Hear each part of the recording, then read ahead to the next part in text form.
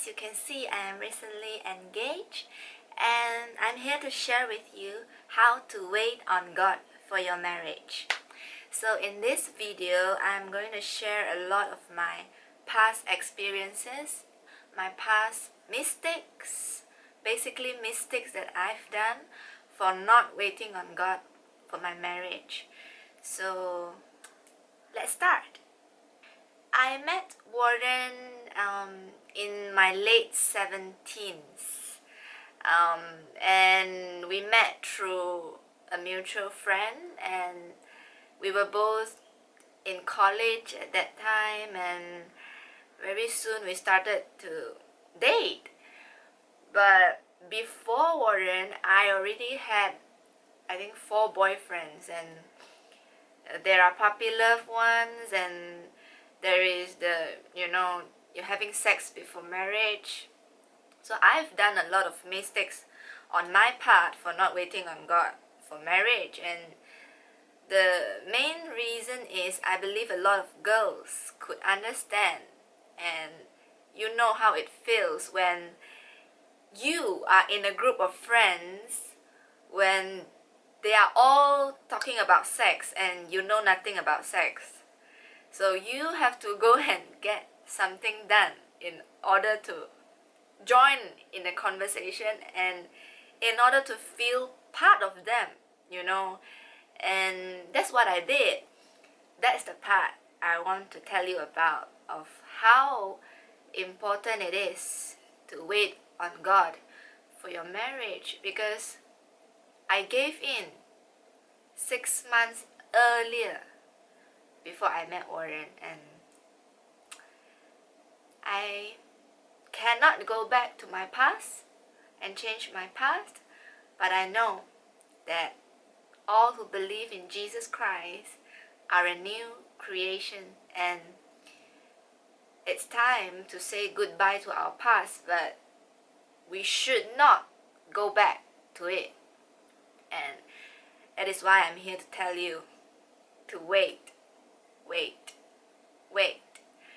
And the most important thing is to pray. As you can imagine, having relationships after relationships the worldly way, you only ended up getting hurt and ended up giving yourself to the wrong person. That happens to me as well.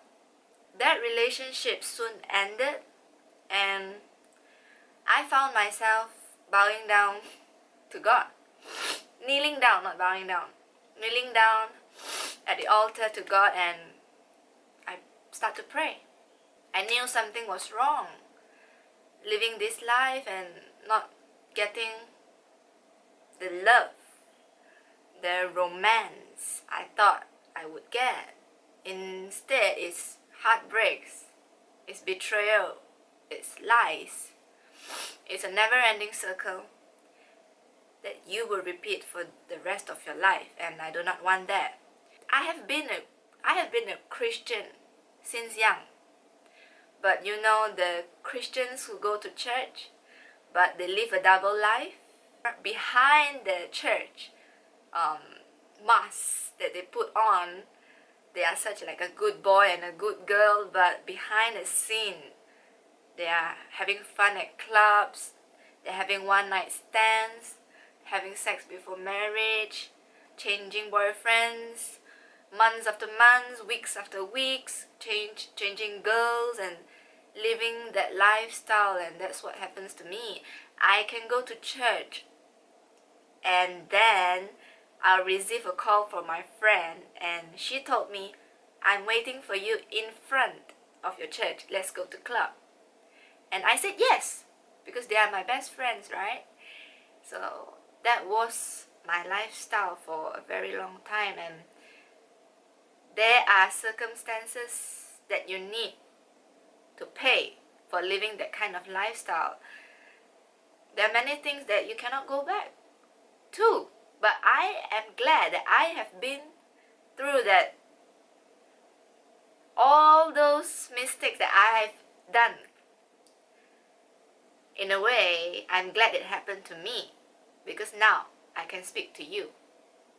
Don't let that happen to you. Let's come back to the story. And I found myself kneeling down in front of God in church one day, and I said, God, I had enough of having this kind of relationships over and over again. It never lasts long. It never lasts long. And even if it lasts, it is only lasting for lust and not love. So I prayed. And I said, I'm going to stop this kind of lifestyle and I'll wait on you. That was what Elaine said. So 6 months later, after that prayer, I met Warren. When I met Warren, something amazing happened. I never listened to any man in my life. Never. Not even my own father can handle me. No one. I listened to no one in my life.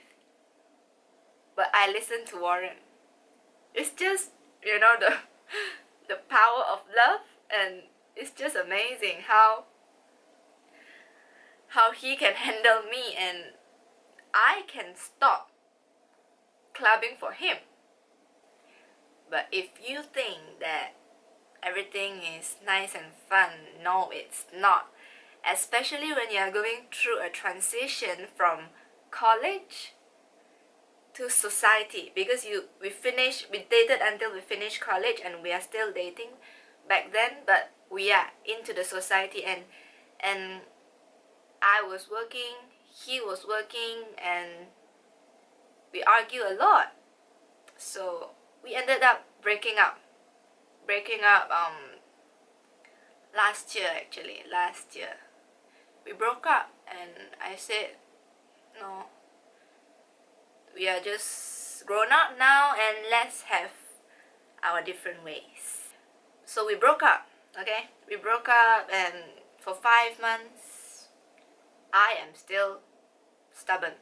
I am still holding on to my opinion, and I said no means no. He is not the one for my life.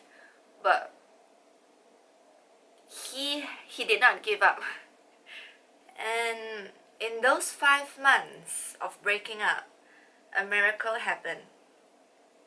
Warren starts to pray to Jesus because he have no other ways to get to me, because I was so reluctant, and I said no means no, and I said we are done.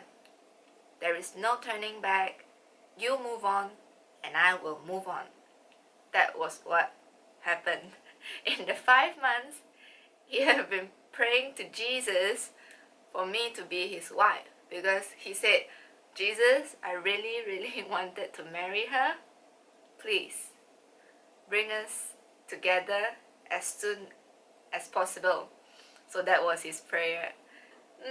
It's amazing thinking back on how everything happened and how Warren starts to pray to Jesus because of us breaking up. And one day, after 5 months of Warren praying, one day his prayers were being answered.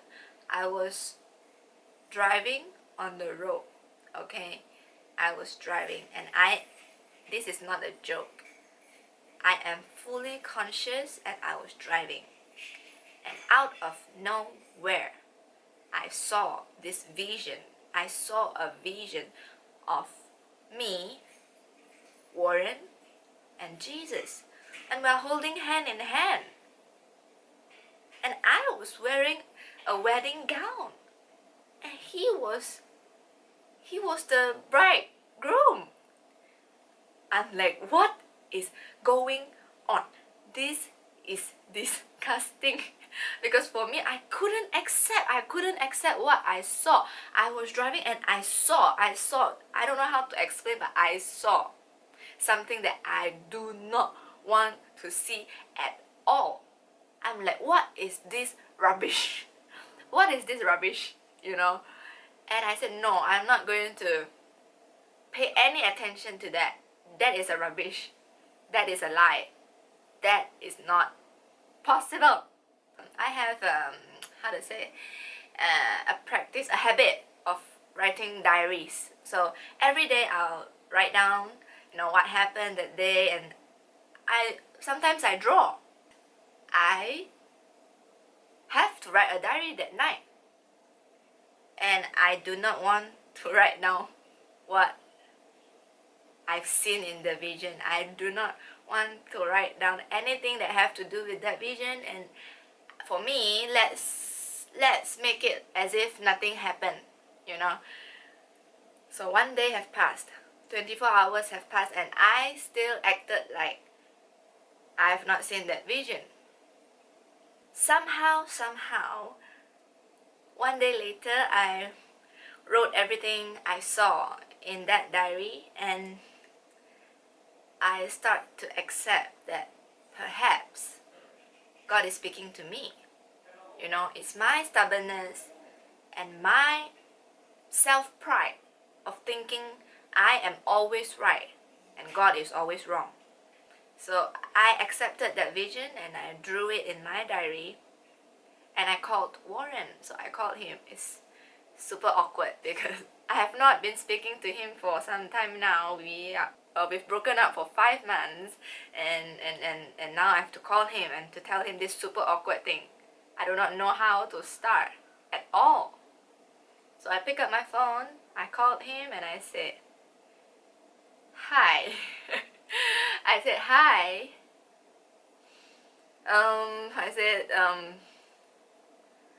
I said, God told me, hey, you're my husband. And he started laughing. He's like, what? He's so excited, and he started laughing. And he's so excited. But at this point, bear in mind, I do not know anything about his prayer to Jesus. I do not know at all because we've broken up. We do not talk to each other anymore. So I do not know what is going on the other side, okay? But I'm just telling him what I've seen on my side, alright? And then he told me, he starts to tell me, you know what? I have been praying for you to be my wife. Here we are. This is my testimony of how God has brought a broken relationship back together for His purpose and for His glory, and it is beyond our imagination. So I hope this testimony blesses your heart, and God bless you. Oh yeah, just to add something to this video, I want to say right now that I do not regret a single bit of coming back to Warren. I do not regret it at all. He's the future husband that I've been praying for, and thank you, Jesus.